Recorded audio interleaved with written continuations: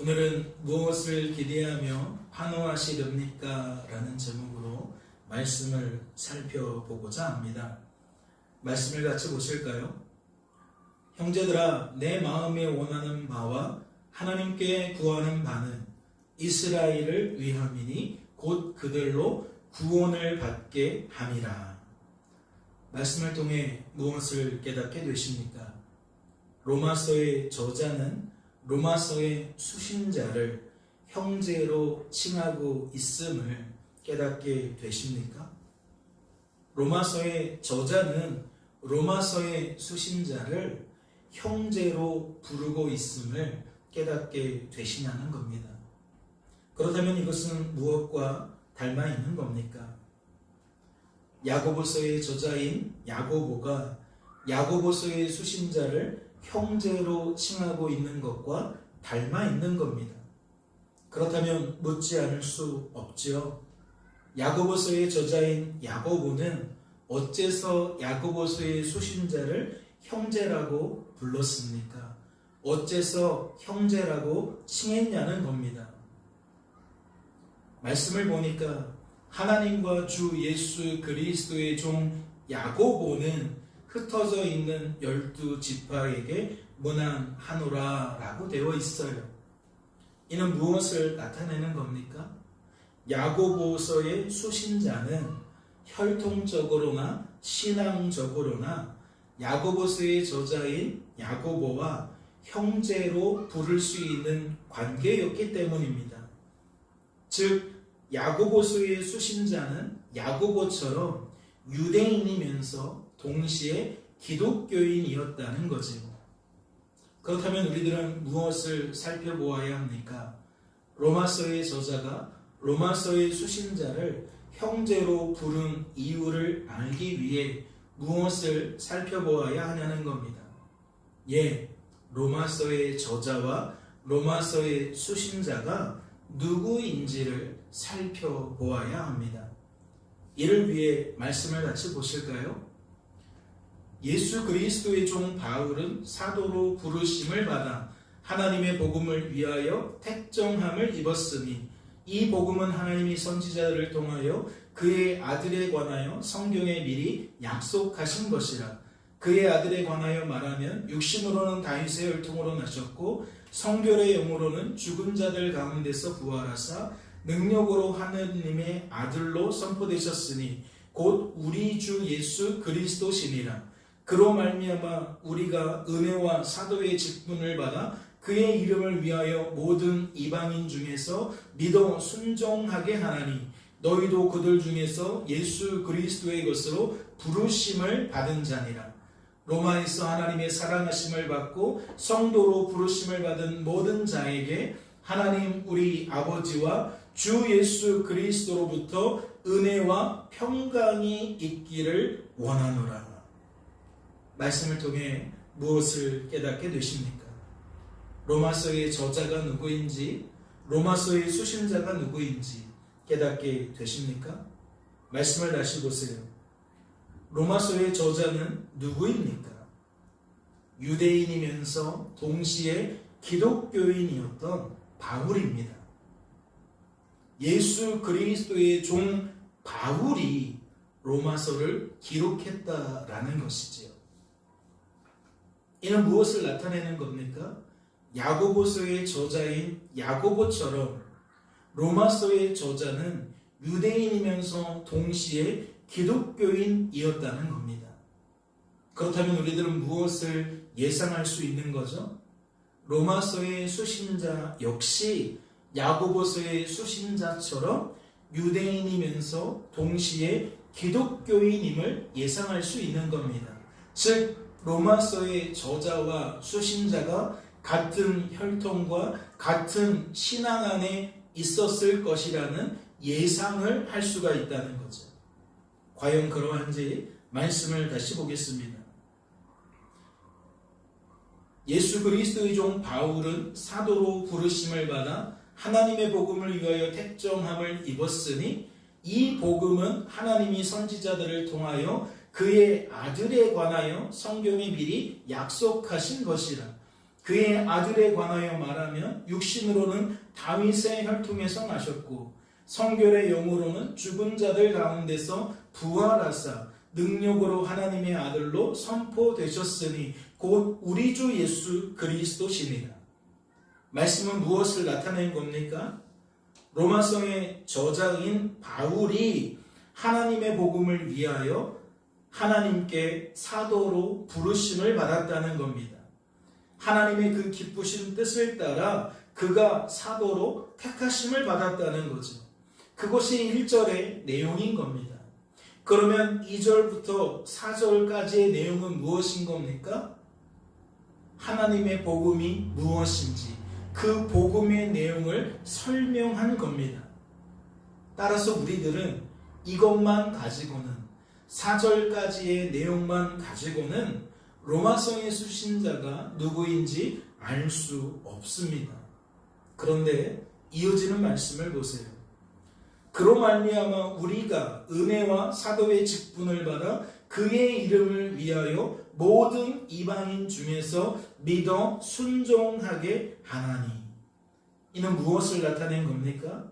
바울이 하나님께 사도로 부르심을 받게 된 이유를 나타내는 겁니다. 즉 목적을 나타내는 거예요.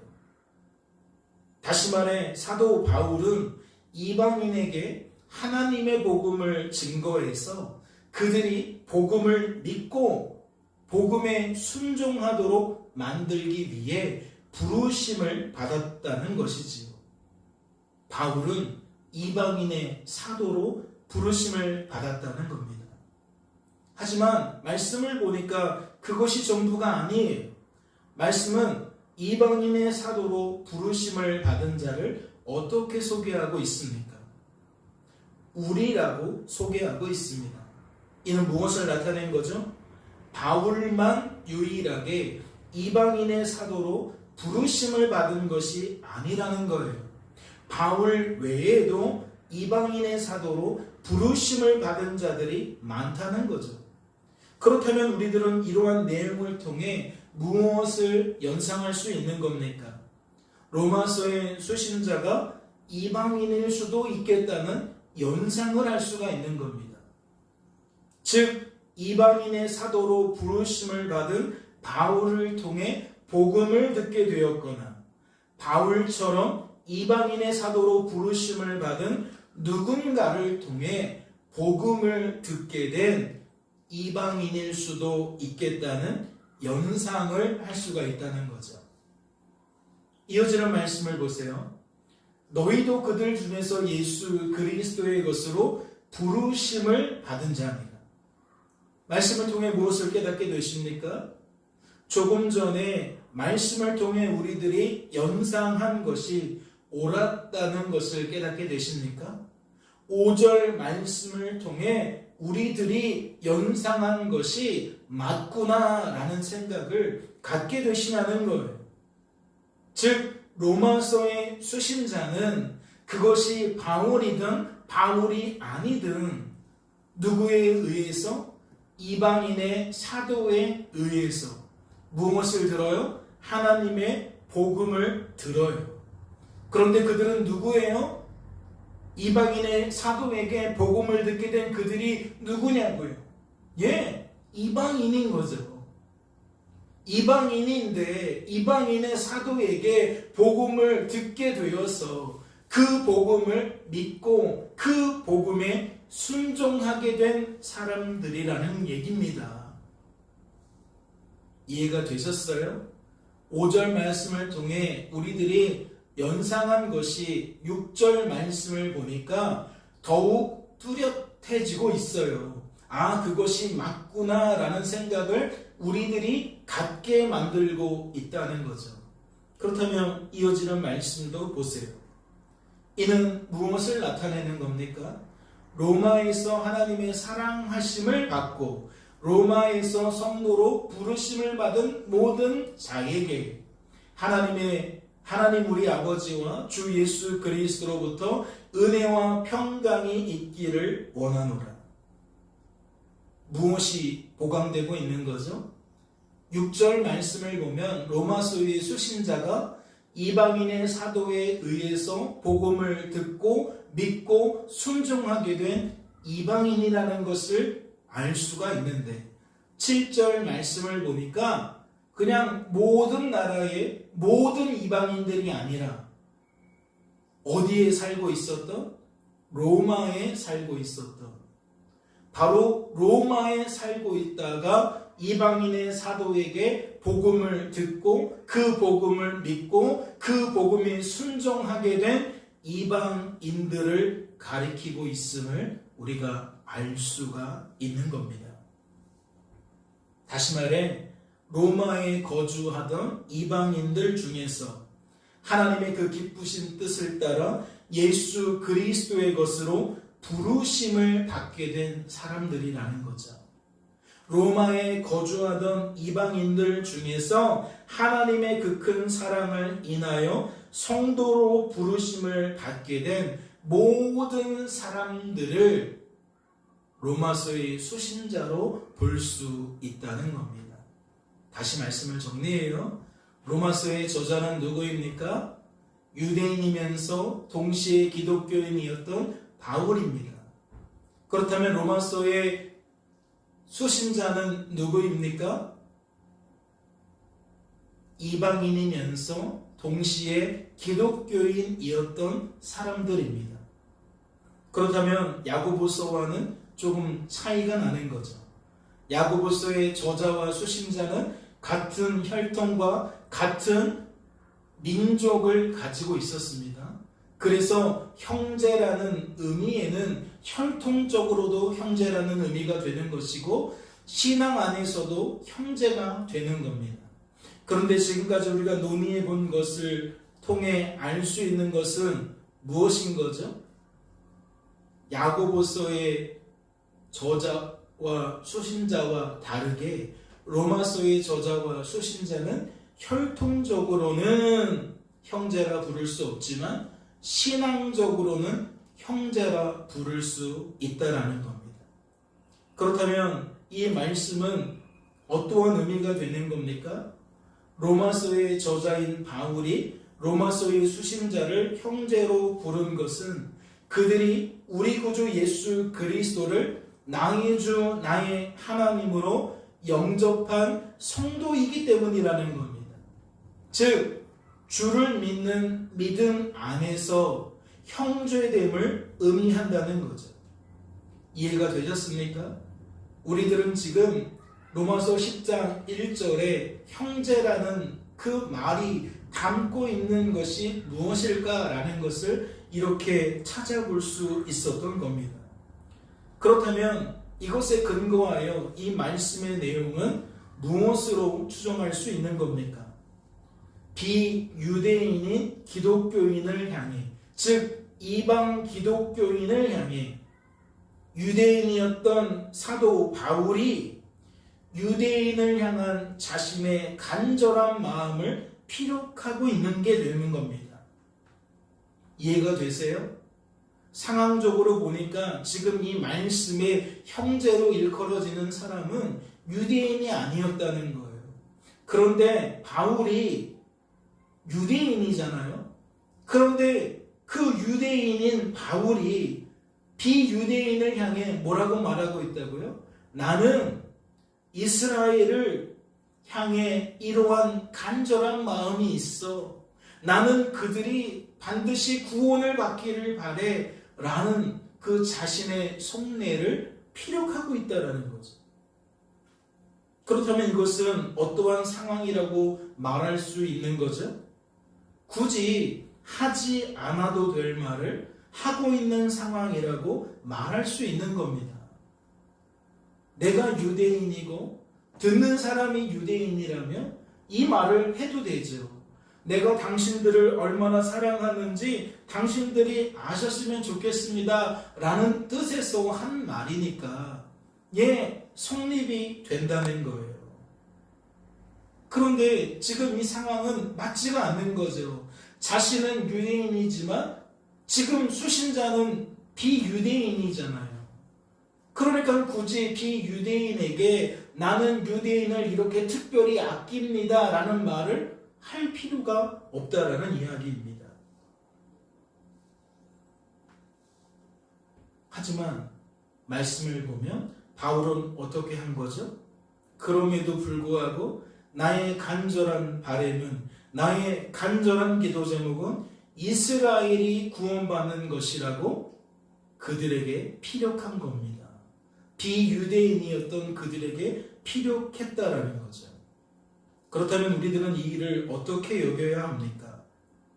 어리석은 바울의 모습으로 여겨야 합니까? 아니면 실수하고 있는 바울의 모습으로 여겨야 합니까? 그렇지 않습니다. 오히려 우리들은 숨겨진 의도가 있는 것으로 여겨야 합니다. 즉, 그리 말해야 하는 이유가 있었던 것으로 여겨야 한다는 거죠. 말씀은 그 이유 중 하나를 다음과 같이 소개하고 있습니다. 말씀을 보세요. 그러므로 남을 판단하는 사람아, 누구를 막론하고 내가 핑계하지 못할 것은 남을 판단하는 것으로 내가 너를 정죄함이니 판단하는 내가 같은 일을 행함이니라. 말씀을 통해 무엇을 알 수 있습니까? 말씀은 로마 성의 수신자들 중에 특정한 누군가를, 즉 어떤 부류의 사람들을 뭐라고 지명하고 있어요? 남을 판단하는 사람이라고 지명하고 있어요. 하지만 그게 전부는 아니죠. 말씀은 남을 판단하는 사람을 뭐라고도 부르고 있습니까? 내가 라는 말로 바꾸어서도 부르고 있습니다. 그렇다면 이어지는 말씀을 보세요. 이런 일을 행하는 자를 판단하고도 같은 일을 행하는 사람아, 내가 하나님의 심판을 피할 줄로 생각하느냐? 혹 내가 하나님의 인자하심이 너를 인도하여 회개하게 하심을 알지 못하여 그의 인자하심과 용납하심과 그 길이 참으심이 풍성함을 멸시하느냐? 다만 내 고집과 회개하지 아니한 마음을 따라 진노의 날 곧 하나님의 의로우신 심판이 나타나는 그날에 임할 진노를 내게 쌓는도다. 말씀을 통해 무엇을 알 수 있죠? 말씀은 남을 판단하는 사람을 계속해서 내가 라는 말로 부르고 있다는 것을 알 수가 있습니다. 그렇다면 이것이 어디까지 이어지는지 보세요. 17절입니다. 유대인이라 불리는 내가 율법을 의지하며 하나님을 자랑하며. 말씀을 통해 무엇을 알 수 있습니까?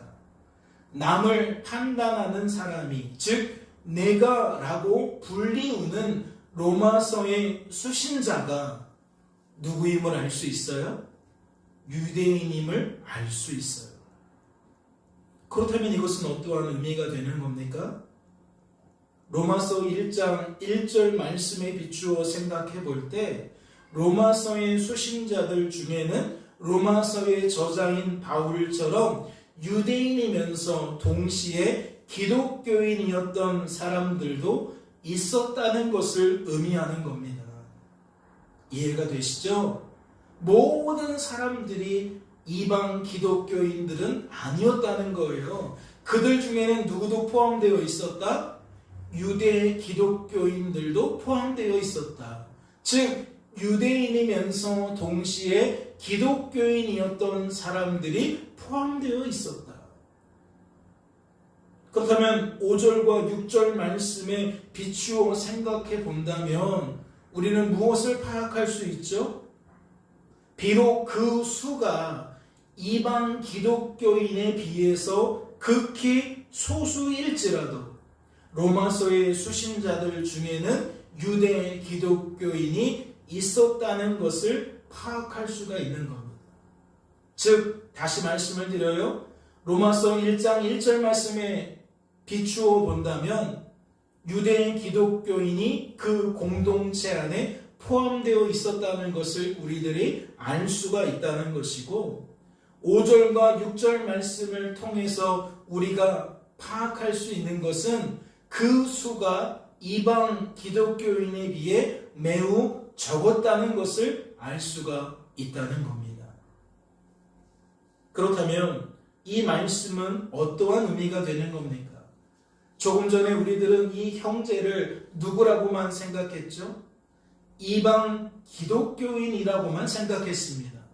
그런데 우리가 조금 전에 살펴본 로마서 2장 말씀에 근거해 볼 때 이 형제는 누구일 수도 있는 겁니까? 이방 기독교인이 아니라 유대 기독교인일 수도 있는 겁니다. 그러면 이 말씀의 의미는 무엇이 되는 거죠? 로마서의 수신자인 유대 기독교인들을 향해 유대인이었던 바울이 자신의 간절한 마음을 그들에게 피력한 것이 되는 겁니다. 상대적으로 이방 기독교인들에 비해 소수였던 그들을 향해 바울이 자신의 간절한 마음을 피력한 것이 된다는 거죠. 잘 이해하셨습니까? 그렇다면 이 말씀은 어떠한 역할을 하고 있는 겁니까? 로마서의 수신자인 유대 기독교인들을 위로하는 역할을 하고 있는 겁니다. 같은 혈통과 같은 신앙을 가지고 있었던 바울이 그들을 형제라고 부르면서 상대적으로 소수였던 그들을 격려하는 역할을 하고 있는 말씀이라는 거죠. 그런데 꼭 그렇게만 볼 수도 없습니다. 말씀을 보세요. 유대인이라 불리는 내가 율법을 의지하며 하나님을 자랑하며 율법의 교훈을 받아 하나님의 뜻을 알고 지극히 선한 것을 분간하며 맹인의 길을 인도하는 자여 어둠에 있는 자의 빛이요 율법에 있는 지식과 진리의 모본을 가진 자로서 어리석은 자의 교사요 어린 아이의 선생이라고 스스로 믿으니 그러면 다른 사람을 가르치는 내가 내 자신은 가르치지 아니하느냐 도둑질하지 말라 선포하는 내가 도둑질하느냐. 말씀을 통해 무엇을 알 수 있습니까? 비록 그들은 소수였을지라도 많은 영향력을 행사하고 있었다는 것을 알 수 있습니다. 즉 이방 기독교인에 비해 그들의 세는 작았지만 볼품 없었지만 그들이 가지고 있었던 영향력은 결코 작지가 않았다는 거지요. 다시 말해 그들은 공동체 안에서 어떠한 역할을 하고 있었다는 거예요? 선생 역할을 하고 있었다는 겁니다. 즉 지도자 역할을 하고 있었다는 거죠. 그렇다면 이것은 무엇을 방증하는 겁니까? 그들은 바울의 위로와 격려가 필요하지 않았다는 거예요. 생각해 보세요. 일반적으로 소수라면 공동체 안에서 소외될 수밖에 없습니다. 즉 그들의 목소리는 다수의 목소리에 묻힐 수밖에 없다는 거죠. 다수의 목소리에 밀리게 될 수밖에 없다는 거예요. 따라서 그들은 누군가가 그러한 자신의 처지를 이해해주고 자신들의 목소리를 힘껏 대변해주기를 바랍니다. 즉 누군가가 그러한 자신들을 위로해주길, 그러한 자신들을 격려해주길 바란다는 거죠. 그렇다면 바울은 그러한 그들에게 필요한 이상적인 존재라고 할 수 있어요. 왜냐하면 그는 이방인 사도로서 이방 기독교인들 사이에서 매우 존중받는 인물이었기 때문입니다. 즉 바울은 이방 기독교인들에게 큰 영향력을 행사할 수 있는 인물이었다는 거죠. 하지만 유대 기독교인들은 말씀에 소개된 것처럼 그들이 속한 공동체에서 소외되고 있지 않았습니다. 비록 소수라 할지라도 그들의 목소리는 묻히지 않았다는 거죠. 그들의 목소리는 밀리지 않았다는 겁니다. 그러니 이것은 무엇을 방증하는 겁니까? 비록 소수였을지라도 그들에게는 바울의 위로와 격려가 딱히 필요하지 않았다는 거예요. 그뿐만이 아닙니다. 말씀의 뉘앙스를 잘 살펴보세요. 말씀은 선생 노릇하던 그들을 어떻게 평가하고 있습니까? 지도자 역할을 자처하던 그들을 어떻게 판단하고 있냐는 거예요. 공동체 안에서 나쁜 영향력을 행사하고 있는 것으로 평가하고 있습니다. 즉, 그들을 악한 선생으로, 그들을 악한 지도자로 판단하고 있다는 거죠. 그 주된 요인이 무엇입니까? 그들은 도둑질하지 말라고 가르치면서 도둑질하고 있었기 때문입니다. 말씀은 그러한 그들을 이렇게도 평가합니다. 말씀을 보세요. 율법을 자랑하는 내가 율법을 범함으로 하나님을 욕되게 하느냐? 내가 율법을 행하면 할례가 유익하나 만일 율법을 범하면 내 할례가 무할례가 되느니라. 무릇 표면적 유대인이 아니요 표면적 육신의 할례가 아니니라. 말씀을 통해 알 수 있는 것이 무엇입니까? 그들은 복음 대신 복음이 아닌 것을 자랑했다는 거예요. 그들이 성도가 된 것은 그들이 유대인이었기 때문이 아닌데, 그들이 성도가 된 것은 그들이 할례를 받았기 때문이 아닌데, 그들이 성도가 된 것은 그들이 율법을 지켰기 때문이 아닌데, 그들이 성도가 된 것은 오직 복음 때문인데, 즉 우리 구주 예수 그리스도 때문인데, 성부 성자 성령 하나님의 구원 계획 때문인데, 그들은 복음을 자랑하지 않았다는 거예요.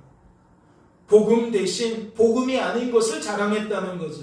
다시 말해 그들은 율법을 자랑했다는 것이고, 그들은 할례를 자랑했다는 것이고, 그들은 자신들이 유대인이라는 것을 자랑했다는 겁니다. 그렇다면 이것은 무엇을 나타내는 걸까요? 그들은 바울에게 위로와 격려를 받을 수 있는 입장이 아니었다라는 것을 나타내는 겁니다. 생각해 보세요. 말씀은 바울을 어떻게 소개했죠? 하나님의 복음을 위해 사도로 부르심 받은 자라고 소개했어요. 예수 그리스도의 종으로 택함 받은 자라고 소개했다는 거죠. 이것은 어떠한 의미를 갖고 있는 겁니까?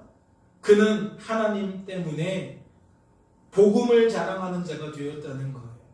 즉 하나님만 자랑하는 자가 되었다는 거죠.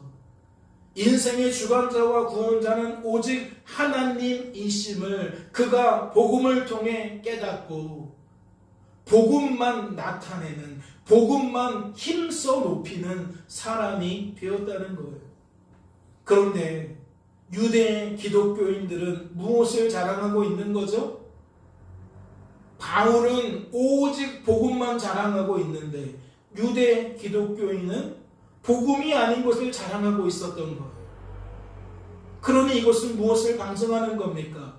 복음만 자랑하는 바울은 복음이 아닌 것을 자랑하는 유대 기독교인들을 위로할 수 없었다는 거예요. 격려할 수 없었다는 거죠. 그렇다면 앞서 살펴본 모든 논의를 종합해 볼 때 이 말씀은 어떠한 의미가 되는 겁니까? 첫째로 우리가 살펴본 것은 이방 기독교인이 바로 저 형제일 것이다 라는 생각이었는데, 그것이 조금 상황에 맞지 않다라는 것으로 이해했어요.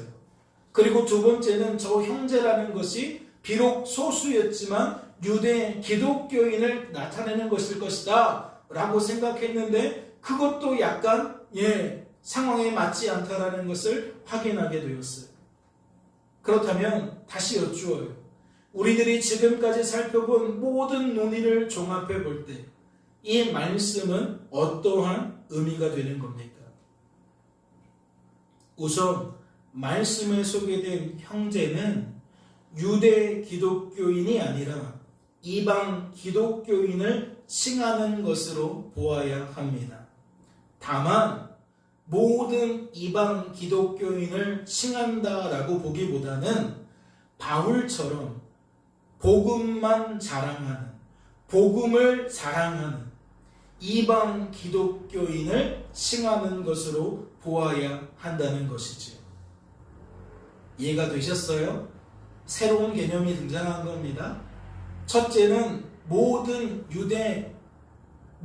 이방 기독교인으로 보는 것인데 그것은 타당하지 않다는 것을 확인했고, 두 번째는 소수였지만 유대 기독교인들을 가리키는 것이라고 생각했는데 그것도 타당하지 않다는 것을 확인했고, 세 번째 개념으로 무엇을 제안하는 거예요? 이 형제는 이방 기독교인을 가리키는 것이 맞다는 거예요. 다만 모든 이방 기독교인이 아니라 바울과 똑닮은, 바울과 영적으로 같은 상태인 이방 기독교인을 가리키는 것으로 우리는 생각한다라는 거죠. 그리고 바울은 그러한 그들에게 어떠한 메시지를 전달한 겁니까?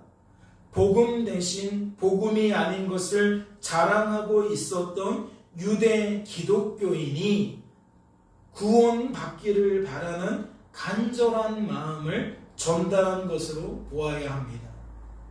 이해가 되셨어요? 왜 이방 기독교인을 향해 유대인을 향한 자신의 마음을 드러냈는지, 표현했는지 깨닫게 되시냐는 거예요. 이걸 잘 이해하셔야 됩니다. 다시 말씀을 드릴게요.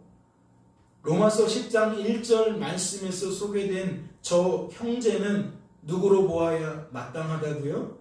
이방 기독교인으로 보아야 마땅하다는 거예요.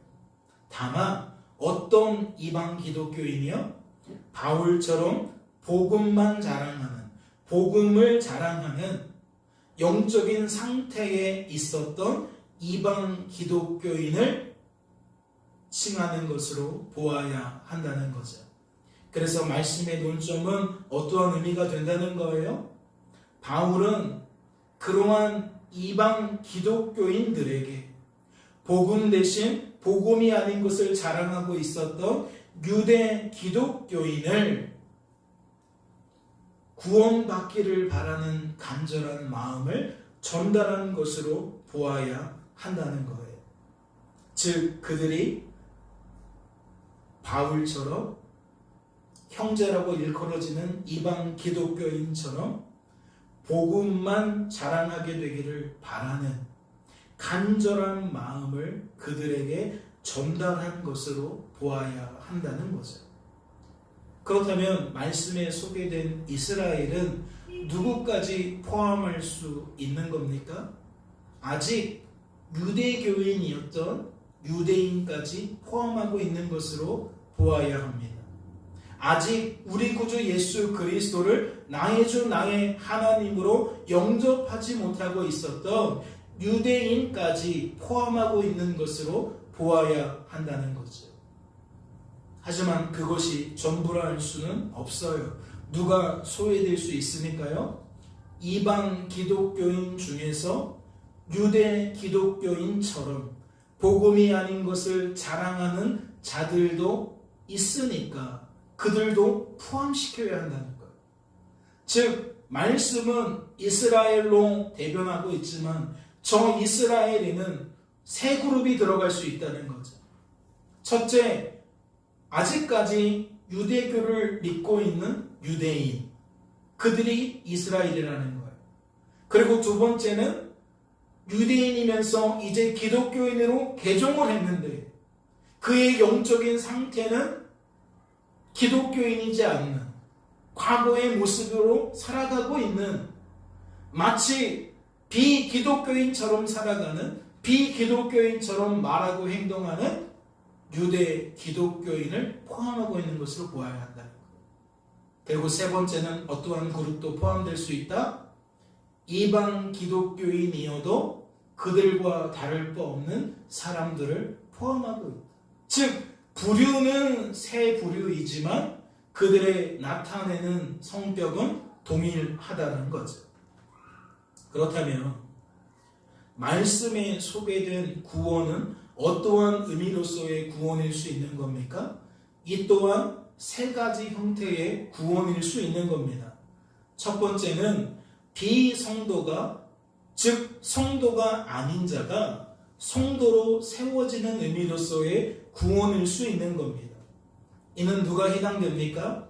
유대교인이었던 유대인이 기독교인이 되는 것으로서 구원을 나타내는 겁니다.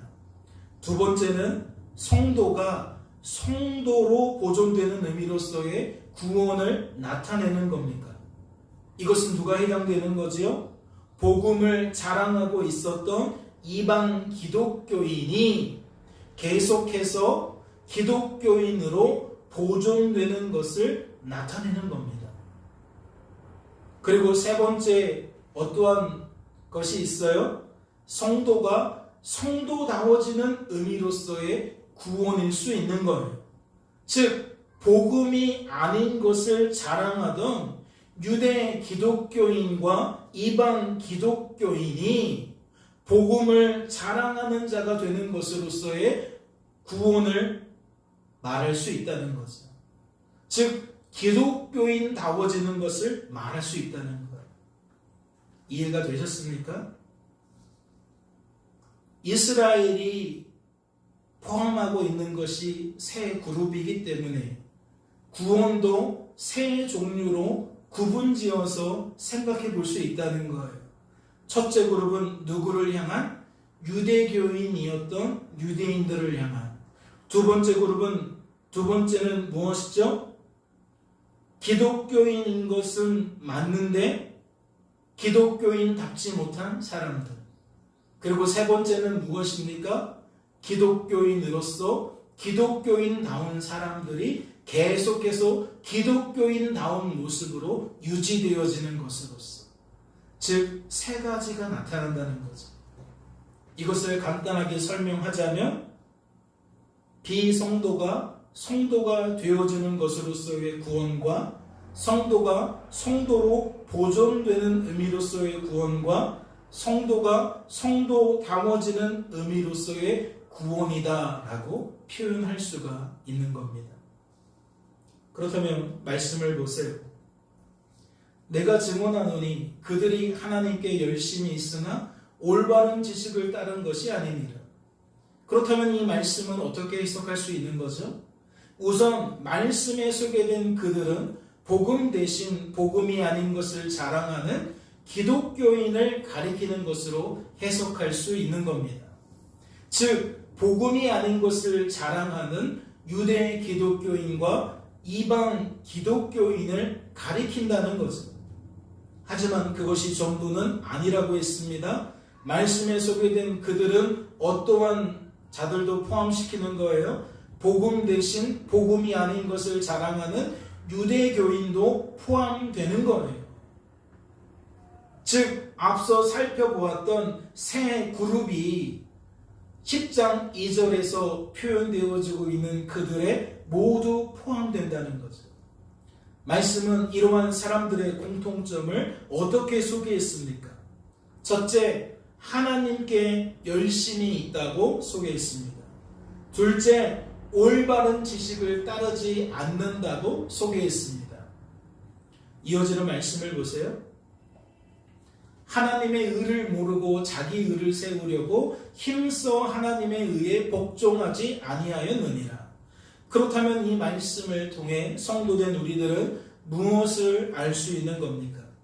복음 대신 복음이 아닌 것을 자랑하는 자들의 특징으로 설명되어진 하나님께 열심히 있다는 것과 올바른 지식을 따르지 않는다는 것의 의미를 알 수 있는 겁니다.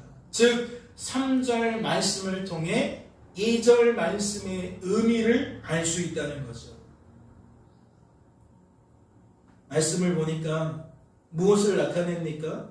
그들의 열심은 자기 의를 세우는 열심임을 알 수 있습니다. 즉 그들은 하나님께 열심히 있는 사람들인데 그 열심은 어떠한 열심이다? 자기 의를 세우는 열심이다. 성도의 열심은 응당 하나님의 의를 세우는 열심이어야 합니다. 이해가 되시죠? 성도는 내가 사는 삶을 사는 것이 아니라 그리스도께서 사시는 삶을 사는 존재예요. 그러니까 성도는 자신의 열심을 무엇으로 여길 수 있어야 돼요? 하나님의 열심으로 여길 수 있어야 돼요. 내가 하나님의 말씀을 청종하게 되는 것은, 청종하기 위해 열심을 내는 것은 모두 하나님 때문으로 여길 수 있어야 한다는 거죠. 그것을 말씀은 어떻게 표현한 겁니까? 하나님의 의를 세우는 것으로 표현한 겁니다. 그런데 말씀을 보니까 그들은 성도지만 하나님의 의를 세우는 것이 아니라 하나님의 의를 모른 채 무엇을 세운다는 거예요? 자기 열심, 자기 의를 세운다는 거예요. 그러니까 저들의 열심은 성도라도 하나님의 열심과는 무관한 자기 의를 세우는 열심이라는 거죠. 하나님이 나를 통해 역사하셔서 내가 하나님의 말씀에 청종하게 된 것인데, 내가 하나님의 말씀에 청종하기 위해 열심을 낸 것인데, 이 사람들의 인식은 무엇이냐? 내가 성도가 되었으니 성도답게 살기 위해 애쓰겠다는 거예요. 하나님의 작품으로 여기는 것이 아니라 나의 작품으로 여긴다는 거죠. 말씀은 이러한 저들의 열심을 누구의 열심과 동일한 것으로 여깁니까? 복음을 알지 못하던, 복음을 알아도 복음을 복음으로 받아들이지 못하던 유대인의 열심과 동일한 것으로 여긴 겁니다. 성도가 아닌 자들과 동일하다라고 판단하고 있다는 거죠. 그렇게 평가하고 있다는 거예요. 그렇다면 저들이 올바른 지식을 따르지 않는다. 이건 어떻게 해석할 수 있는 겁니까? 유대교인처럼 그들은 율법을 따른 것으로 해석될 수 있는 겁니다. 유대인이 율법을 따르며 자기 의를 세우려 한 것처럼 그들은 기독교인이었지만 그들처럼 율법을 따랐다는 것이고 그들처럼 자기 의를 세웠다는 거예요. 유대 기독교인도 예외가 아니라는 것이고 이방 기독교인도 예외가 아니라는 것이죠.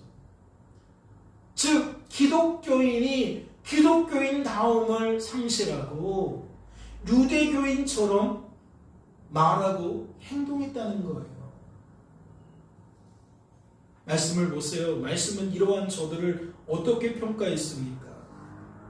그러므로 남을 판단하는 사람아 누구를 막론하고 내가 핑계하지 못할 것은 남을 판단하는 것으로 내가 너를 정죄함이니 판단하는 내가 같은 일을 행함이니라.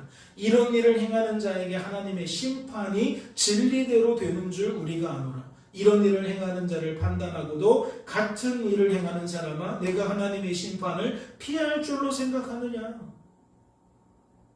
하나님의 심판을 피할 수 없는 것으로 평가했어요. 또 말씀을 보세요. 하나님께서 각 사람에게 그 행한 대로 보응하시되 참고 선을 행하여 영광과 존귀와 썩지 아니함을 구하는 자에게는 영생으로 하시고 오직 당을 지어 진리를 따르지 아니하고 불의를 따르는 자에게는 진노와 분노로 하시리니.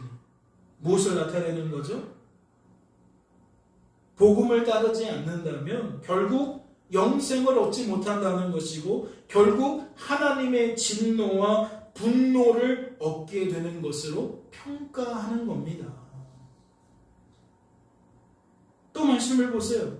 무릇 율법 없이 범죄한 자는 또한 율법 없이 망하고 무릇 율법이 있고 범죄한 자는 율법으로 말미암아 심판을 받으리라. 무엇을 나타내는 거죠? 예외가 없다는 거예요. 기독교인이든 기독교인이 아니든 그러한 인식을 가지고는 그러한 여김을 가지고는 구원을 얻을 수 없다는 거예요. 심판을 받게 된다는 거죠. 영생을 얻을 수 없다는 겁니다. 하나님의 진노와 분노만 얻게 된다는 거죠. 그렇다면 본문 말씀의 목적은 무엇인 겁니까? 우리들이 지금까지 살펴본 그 본문의 내용이 과연 무엇을 지향하고 있냐는 거예요. 이는 모든 성도가 올바른 지식을 따르기를 바란다는 겁니다. 다시 말해 복음 대신 복음이 아닌 것을 자랑하던 모든 기독교인이 이제는 복음을 자랑하기를 바란다는 것이지요. 또한 유대 기독교인이었던 유대인이 모두 올바른 지식을 따르길 바란다는 겁니다. 즉 복음 대신 복음이 아닌 것을 자랑하던 비기독교인이 모두 복음을 자랑하길 바란다는 것이죠. 그러니까 하나님은 하나님의 말씀을 통해 무엇을 드러내고 있는 것이냐? 하나님은 모든 사람이 복음 안에서 영생을 얻기를 바란다는 거예요. 복음을 통해서 영원한 생명을 누리기를 바란다는 것이지요. 기독교인에게만 그런 것이 아니라 비기독교인에게도 그러한 마음을 갖고 계시다는 거예요. 그렇다면 이어지는 말씀을 보세요. 그리스도는 모든 믿는 자에게 의를 이루시기 위하여 율법의 마침이 되심이라. 그렇다면 이 말씀은 어떠한 의미를 담고 있는 것일까요? 그러니까 덮어놓고 믿어야 돼 라는 얘기를 하고 있는 걸까요? 아니요. 성경에서 말하는 믿음은, 올바른 성경에 소개된 믿음은 하나님께서 주신 것을 의미해요. 하나님께서 우리를 구원하시기 위해, 우리를 성도답게 만드시기 위해, 즉 우리들을 향한 하나님의 뜻을 이루시기 위해 하나님께서 친히 우리에게 부어주신 것을 믿음이라고 말하는 거예요. 그렇다면 모든 믿는 자에게는 누구를 가리키는 거죠?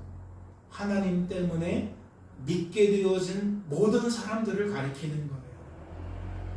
유대인도 상관없고 비유대인도 상관없어요. 즉 이방인이든 유대인이든 상관없어요. 하나님이 하나님의 뜻을 따라 복음을 믿게 하신 사람들을 나타내는 거예요. 그러면 말씀을 다시 보세요. 그리스도는 모든 믿는 자에게 의를 이루시기 위하여 율법의 마침이 되십니다. 율법의 마침이 되십니다. 다시 여쭈어요. 그렇다면 이 말씀 어떠한 의미를 담고 있는 거죠? 어려운 거 아니에요. 쉬운 거예요. 오직 예수 그리스도를 통해서만 모든 인생이 영생을 얻을 수 있다는 거예요. 오직 예수 그리스도를 통해서만 하나님의 의를 얻을 수 있다는 것이죠. 오직 예수 그리스도를 통해서만 심판을 피할 수 있다는 것이고, 오직 예수 그리스도를 통해서만 하나님의 진노와 분노를 피할 수 있다는 얘기예요. 그러니 무엇하라는 거죠? 제발 하나님의 열심을 의지하며 살라는 거예요. 제발 하나님의 열심을 자랑하며 살라는 거죠. 그러면 이 간곡한 호소는 누구를 향한 메시지가 되는 겁니까? 나의 열심을 의지하며 사는 자들을 향한 메시지가 되는 거죠. 특히 기독교인이면서 여전히 나의 열심을 추구하며 사는 자들에게 간절하게 전달되어진 메시지인 겁니다. 제발 하나님의 열심을 의지하며 살아라. 제발 하나님의 열심을 사랑하며 살아라. 다시 말해 복음의 관점으로 주어진 삶과 주어진 삶의 결과를 바라보고 받아들이며 살아라. 하나님께서 하신 일을 제발 하나님께서 하신 일로 여기며 살아라. 그렇다면 무엇도 함께인 겁니까? 살아라라는 말 속에 살게 만드시겠다라는 하나님의 약속도 함께인 겁니다. 아까 말씀을 드렸잖아요. 성경에서 표현되어진 올바른 믿음은 무엇이다? 하나님이 하나님의 뜻을 이루시기 위해 우리에게 부어주신 것이다. 그러니 하나님은 우리에게 하나님만 바라보고 의지하고 자랑하라는 이야기를 하시면서 명령만 하시는 것이 아니라 그러한 하나님의 뜻을 이루시기 위해 무엇도 함께임을 알 수 있는 겁니까? 우리를 붙들어주고 우리를 도와주고 우리에게 힘을 주는 것까지 함께인 겁니다. 깨닫는 은혜가 있으시기를 주님의 이름으로 소망합니다. 잠시 기도합니다. 하나님 아버지, 우리는 주어진 삶을 어떻게 인식하며 살고 있습니까? 우리는 말씀의 표현을 빌자면 이방 기독교인인데 우리는 어떠한 그룹에 속해 있습니까? 복음만 자랑하는 그룹에 속해 있습니까? 아니면 복음 대신 복음이 아닌 것을 자랑하는 그룹에 속해 있습니까? 주님, 우리 중에 비성도가 있다면 성도 되어지는 구원의 은혜를 베풀어 주시옵소서. 우리 중에 성도가 있다면 성도로 보존되는 의미로서의 구원의 은혜가 있게 하옵소서. 또한 성도가 성도다워지는 의미로서의 구원의 은혜가 있게 하옵소서.